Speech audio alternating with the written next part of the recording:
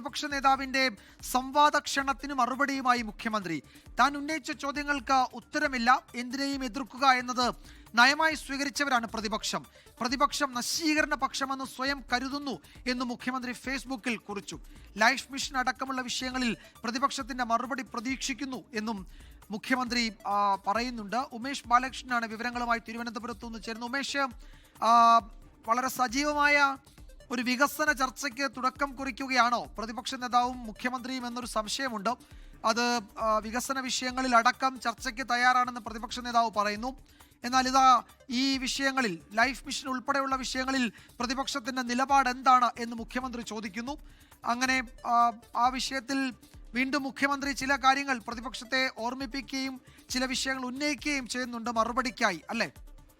തീർച്ചയായും വിജയകുമാർ, ഒരു തെരഞ്ഞെടുപ്പ് അടുത്തു നിൽക്കുന്ന ഘട്ടത്തിൽ ഒരു രാഷ്ട്രീയ ചർച്ചയിലേക്ക് കാര്യങ്ങൾ നീങ്ങുന്നു. ഒപ്പം അത് സർക്കാരിന്റെ വികസന നേട്ടങ്ങൾ ജനങ്ങളിലേക്ക് എത്തിക്കുക എന്ന ലക്ഷ്യത്തോടു കൂടി വികസന നേട്ടങ്ങൾ അക്കമിട്ട് നിരത്തി പ്രതിപക്ഷത്തിന്റെ മുൻ നിലപാട് ഈ വിഷയത്തിൽ എന്താണ്, പ്രത്യേകിച്ച് ലൈഫ് മിഷൻ, വിഴിഞ്ഞം തുറമുഖം, ഒപ്പം തീരദേശ ഹൈവേ, ക്ഷേമ പെൻഷൻ തുടങ്ങിയ വിഷയങ്ങളിലെല്ലാം പ്രതിപക്ഷത്തിന്റെ മുൻ നിലപാട് എന്താണ്, ഇപ്പോഴത്തെ നിലപാട് എന്താണ്, ആ നിലപാടിലേക്കുള്ള കാരണം എന്താണ്, ഉറച്ചു നിൽക്കുന്നുണ്ടോ എന്നീ ചോദ്യങ്ങൾ ഉന്നയിച്ചുകൊണ്ടായിരുന്നു ഇന്നലെ മുഖ്യമന്ത്രി ഒരു ഫേസ്ബുക്ക് പോസ്റ്റ് ഇട്ടത്. ആ FB പോസ്റ്റിന് ഇന്ന് പ്രതിപക്ഷ നേതാവ് മറുപടി നൽകിയിരുന്നു. ആ മറുപടിയിൽ പരസ്യ സംവാദത്തിന് ക്ഷണിച്ചുകൊണ്ടായിരുന്നു ഈ മറുപടി. പക്ഷേ ഈ മുഖ്യമന്ത്രി ചോദിക്കുന്നത് പോലെ മുൻ നിലപാടെന്ത്, ഇപ്പോഴത്തെ നിലപാടെന്ത്, നിലപാടിൽ ഉറച്ചു നിൽക്കുന്നു, ഈ 3 ചോദ്യങ്ങൾക്കും കൃത്യമായി മറുപടി നൽകുന്നില്ല എന്ന് വിമർശിച്ചുകൊണ്ടാണ് അല്പം മുൻപ് വീണ്ടും മുഖ്യമന്ത്രി ഫേസ്ബുക്കിൽ തന്നെ വീണ്ടും ഒരു പോസ്റ്റ് ഇട്ടിരിക്കുന്നത്. ഇത് പ്രകാരം പ്രതിപക്ഷം എന്നാൽ നശീകരണ പക്ഷമാണ് എന്ന് സ്വയം വിശ്വസിക്കുന്നതിന്റെ ദുരന്തമാണ് ഇപ്പോൾ കാണുന്നത്.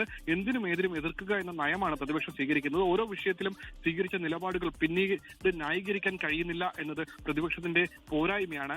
കൂടാതെ അബദ്ധജടിലമായ കുറെ കാര്യങ്ങൾ വസ്തുതാ വിരുദ്ധവുമായി നിരത്തുന്നു എന്നും മുഖ്യമന്ത്രി ഈ പോസ്റ്റിൽ വിമർശിക്കുന്നുണ്ട്. വീണ്ടും നേരത്തെ ചോദ്യങ്ങൾ ഒന്നുകൂടി ഓർമ്മിപ്പിക്കുന്നുണ്ട്. അതായത് ലൈഫ് മിഷൻ, വിഴിഞ്ഞം തുറമുഖം ഉൾപ്പെടെയുള്ള വികസന വിഷയങ്ങളിൽ ഇപ്പോഴത്തെ പ്രതിപക്ഷത്തിന്റെ നിലപാടെന്ത്, മുൻ നിലപാട് എന്തായിരുന്നു, ഇപ്പോഴത്തെ നിലപാടിൽ ഉറച്ചു നിൽക്കുന്നുണ്ടോ എന്നുള്ള ചോദ്യം വീണ്ടും ചോദിക്കുന്നുണ്ട്. എന്തായാലും പ്രതിപക്ഷ നേതാവ് നേരത്തെ മറുപടി നൽകിയത് ഈ ചില രാഹുൽ മങ്കടത്തിനെതിരെയുള്ള വിഷയങ്ങളെല്ലാം ഉന്നയിക്കുമ്പോഴും ഈ നേരത്തെ പ്രതിപക്ഷം പറഞ്ഞുകൊണ്ടിരുന്ന ലൈഫ് മിഷനിലും വിഴിഞ്ഞം തുറമുഖ വിഷയങ്ങളിലും എല്ലാം നേരത്തെ പറഞ്ഞുകൊണ്ടിരുന്ന ആരോപണങ്ങൾ അത് ആവർത്തിക്കാനുണ്ടായത്. എന്തായാലും വികസനം എന്നു മുതലാണ് CPM വികസന അനുകൂലികളായത് എന്നുള്ള ചോദ്യം ചോദിച്ചുകൊണ്ടായിരുന്നു പ്രതിപക്ഷ നേതാവ് ആ പോസ്റ്റ് ഇട്ടത്. എന്തായാലും ഇനി പ്രതിപക്ഷ നേതാവിന്റെ ശരി ഉമേഷ്, എന്തായാലും അതിൽ പ്രതിപക്ഷ നേതാവ് ഇനിയും മറുപടി പറയുമായിരിക്കും. നാളെ കേരളത്തിലെ 7 ജില്ലകൾ പോളിംഗ് ബൂത്തിലേക്ക് പോകുന്നതിന്റെ തലേന്നാണ് ഈ വികസന വിഷയങ്ങളിൽ അടക്കം മുഖ്യമന്ത്രിയും പ്രതിപക്ഷ നേതാവും സമൂഹ മാധ്യമങ്ങളിലൂടെയും അല്ലാതെയും ഒക്കെ ഏറ്റുമുട്ടുന്നത്.